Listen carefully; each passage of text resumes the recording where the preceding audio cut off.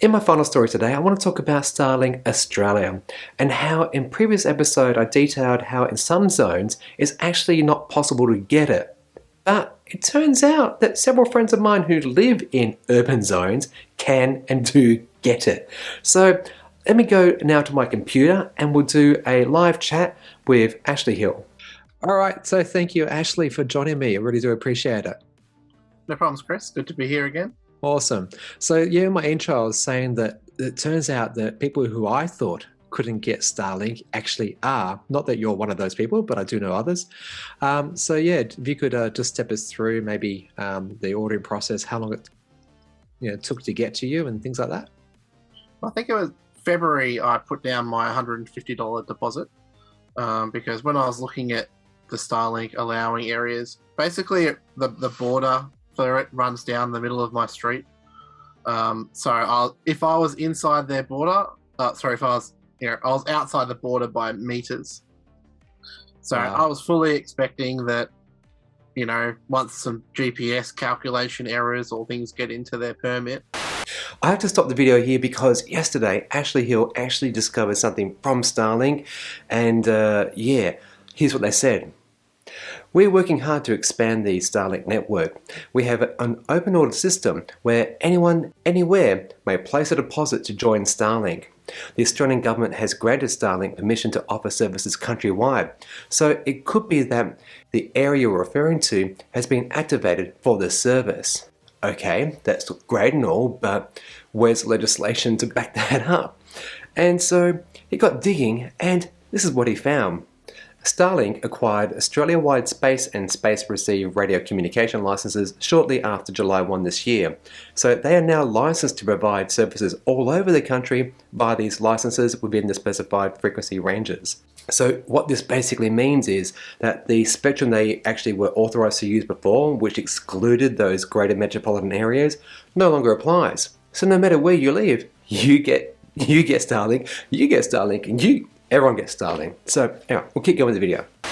I wouldn't be able to get it. So I actually had planned to cancel a bunch of times and had just forgotten to get my refund.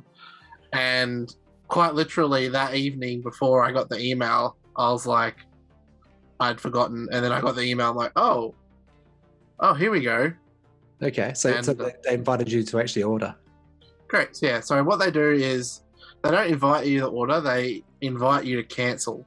So they give you 3 days to cancel your order. Otherwise, they just go ahead and process your credit card. Okay, gotcha. So you originally had to plonk some cash down as a deposit, and this is basically setting out the process. Correct. So you put $150 down to start with, and then it was, waiting for it to become available if it becomes available. Mm-hmm.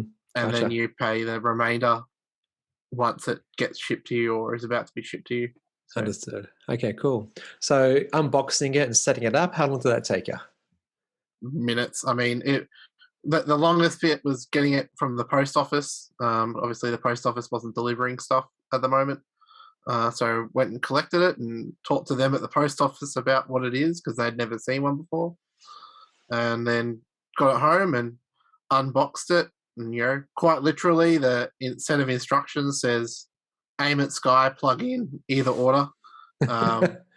It literally says that on the box. I went to take it outside and, the tripod the stand that it comes with was a bit low. It would have been, blocked by trees and things. And I luckily had a speaker stand that looked about the same. So, that would bring it a meter and a bit off the ground. Okay.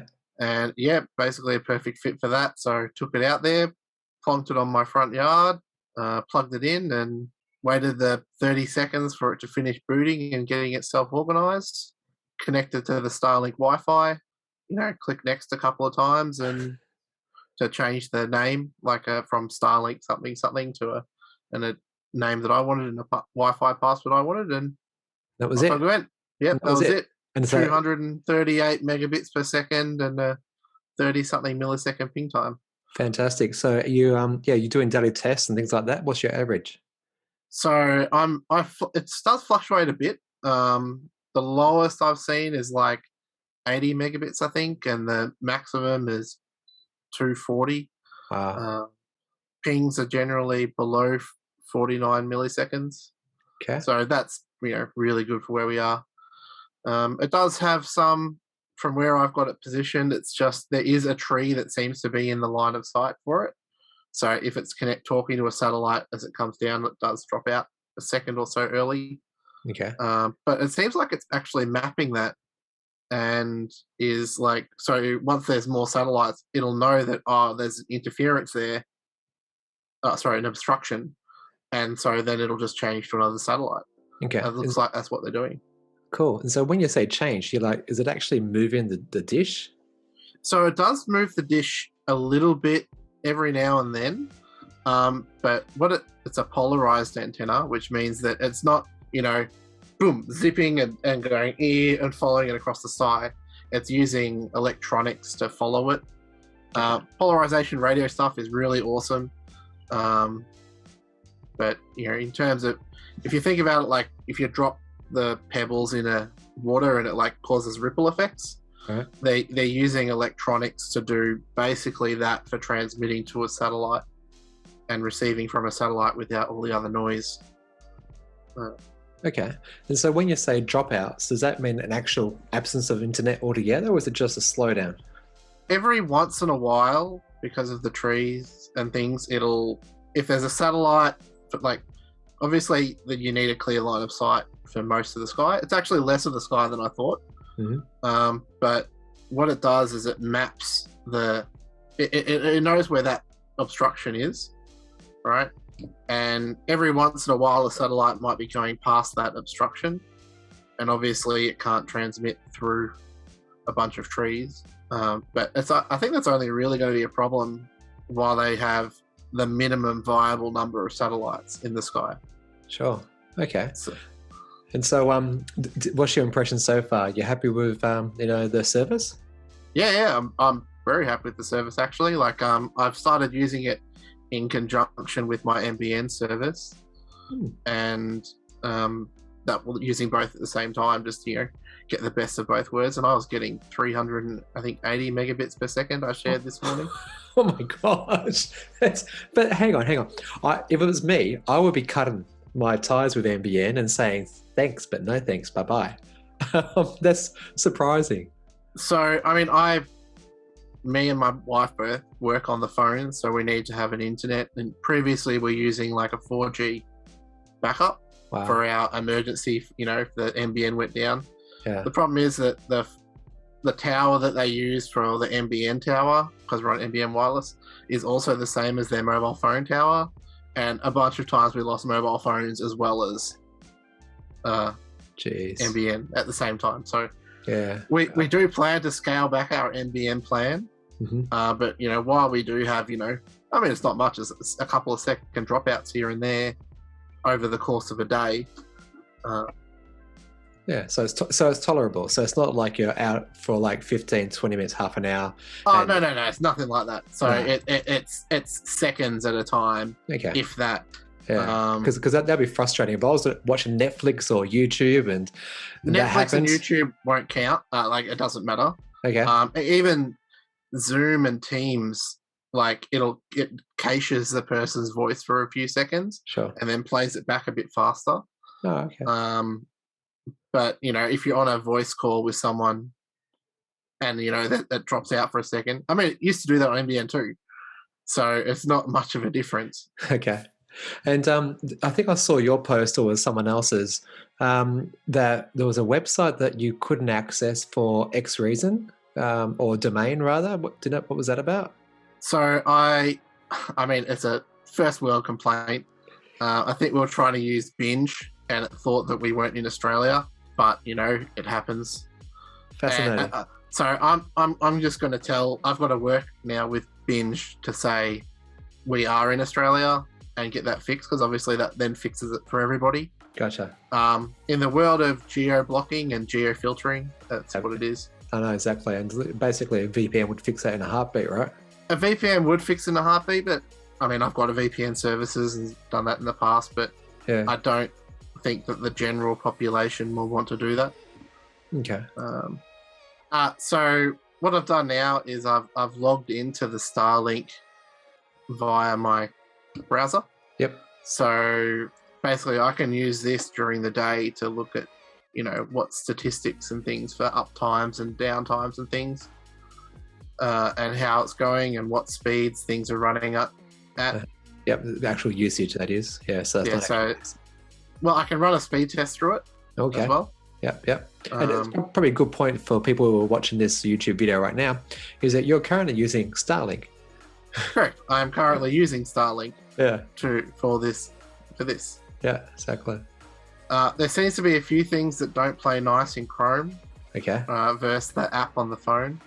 Like, for example, under visibility, it just says, there's no obstructions, but on the phone, it gives you a view showing that, where trees and things are. So on the phone, this is what it looks like. So it shows you the horizon, and it can see that, these are all the trees and stuff on the horizon.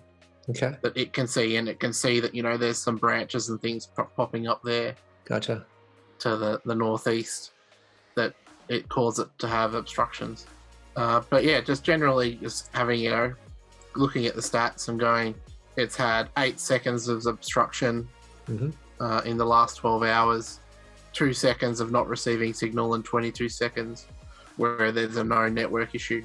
Gotcha. So in the 12 hours, and that's, that's without us doing anything extra apart from just getting it attached to our roof. Yeah, awesome. So yeah, good point. Are you actually going to be attaching it permanently somewhere in the building? Yeah, it's now attached permanently on the roof. So what I did was I got a builder to come out, and because obviously I contacted a few people to try and get some, a proper installer out to do it. But none of the people wanted to touch satellite because they think it's hard for satellite stuff. Okay. They're like, oh no, we don't do satellites. Oh no, we don't do satellites. Oh dear. And then it's it's closer to a wireless device. So anyone that does Ubiquiti and stuff will know it. But in the end, what we did is we just got the builder guy to come over, and he screwed it through our roof and sealed it all up and did things. And we put an extra bit of wood underneath one side of it so that even though there's a wood for it to bolt into on the roof, it was done. So we have a corrugated iron roof. So it looks like they've kind of thought it through in that the distances for the drill holes is the same as the corrugated roof tops. So it worked. So 2 went straight into the roof support, and the 3rd went into an extra bit of wood in the roof underliner, and that was it. Cool. So awesome. All right. Well, look, I think took them 15 minutes. So I hope they didn't charge you an arm and leg for that. Actually, he charged me nothing. So fantastic! What a great guy. God, you give him a plug. Yeah. So that's it. Yeah, friends. Yeah. So actually, have you had any issues with it? So the cable that comes with it has a really fat ferrite core on it. So when you're trying to feed it through wall holes and stuff to actually run your cabling properly, you actually have to drill a bigger hole than normal, and it's even the size of a full RJ45 socket. So oh my god! So I've obviously cut away from these with a set of side cutters to make it fit, so I could push it through. So what I'm talking about is this. So see this bit here? Yep. So that looks like a ferrite core to reduce electromagnetic noise. Yeah. But it's big, chunky. It's chunky, and so to push it through, I had to literally cut out the hole and make it there. Disappointing. Wow. Well, I know why they've done it. These are very high power cables. Yeah. And there's no way, obviously, to remove that and then keep the signal quality good.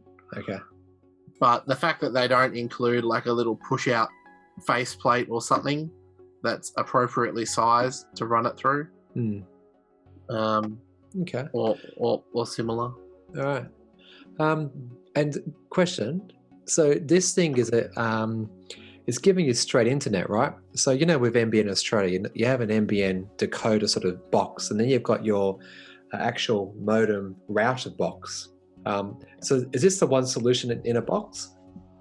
Okay, so what they've got here, so you get this little grey and white box here, you receive with the unit, which is basically a wireless modem. So that lets it come straight from the Starlink and give you a wireless signal that you can connect to. Gotcha. It does have like an extra Ethernet port on it here. Okay, yeah. It's labeled as aux. There was a bit of misinformation online about it. Some said that it didn't work and that it would, but obviously they've changed that so it does work. So what I did for a while is I plugged this straight into my modem that I use for the NBN and other things. So that way I was getting wireless from this and hardwired from that. Yeah. Most normal people don't use wired devices nowadays. Yeah. So here, as you can see, my modem. Yeah. So it's a Firewall of Gold that I use, and here's the NBN one. Okay. But so that lets me have dual WANs. Okay. And that's how you the do rest it. of my mess. Yeah. So that's how you're concurrently running NBN and Starlink. So correct. Yeah. So I was running them in like if one goes down, it fails over to the other one. Yeah. But today I'm playing it with it as load balanced, and I'm getting, I said, multi-100 megabits per second. So. Show off. I'm not jealous. I'm the thrilled, like to have it running that fast and constant when, a week and a half ago, my maximum internet speed was like 28 megabits per second on a good day. Yeah. And sometimes 0. Oh. Just because there's too many people in the regional area using it. Still playing, still learning. Yeah. Cool. All right. Well, look, that's probably a good place to wrap there, Ash. Next time I can get down to your place, I'll check it out because in Victoria right now, we're still in lockdown. Hopefully not for much longer. And I'd like to see it in person. All right, well, thanks again, Ashley. I really do appreciate it. And then thank you to you guys for watching up to now. If this has been a benefit to you, if you enjoy this sort of content like electric vehicles, technology and more, do consider subscribing. It's absolutely free.